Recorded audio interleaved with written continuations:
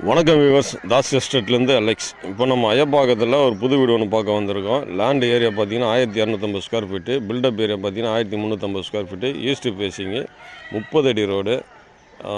இதுதான் ground ஃப்ளோரோட main entrance. பெரிய car park இருக்குது. ஹால்லாம் பார்த்தீங்கன்னா இன்டீரியர் ஒர்க்லாம் அருமையாக பண்ணியிருக்காங்க. எல்இடி லைட்டு, பால் சீலிங்கு எல்லாமே பண்ணியிருக்காங்க. கிரவுண்ட் ஃப்ளோரில் டபுள் பெட்ரூமு, ஒரு கிச்சனு, அதே மாதிரி ஃபஸ்ட் ஃப்ளோருக்கு வந்து தனியாக படி வச்சுருக்காங்க. உங்களுக்கு ஃபஸ்ட் ஃப்ளோர்லேயும் இதே மாதிரி தான் டபுள் பெட்ரூமு, ஒரு ஹாலு, ஒரு கிச்சன் இருக்குது.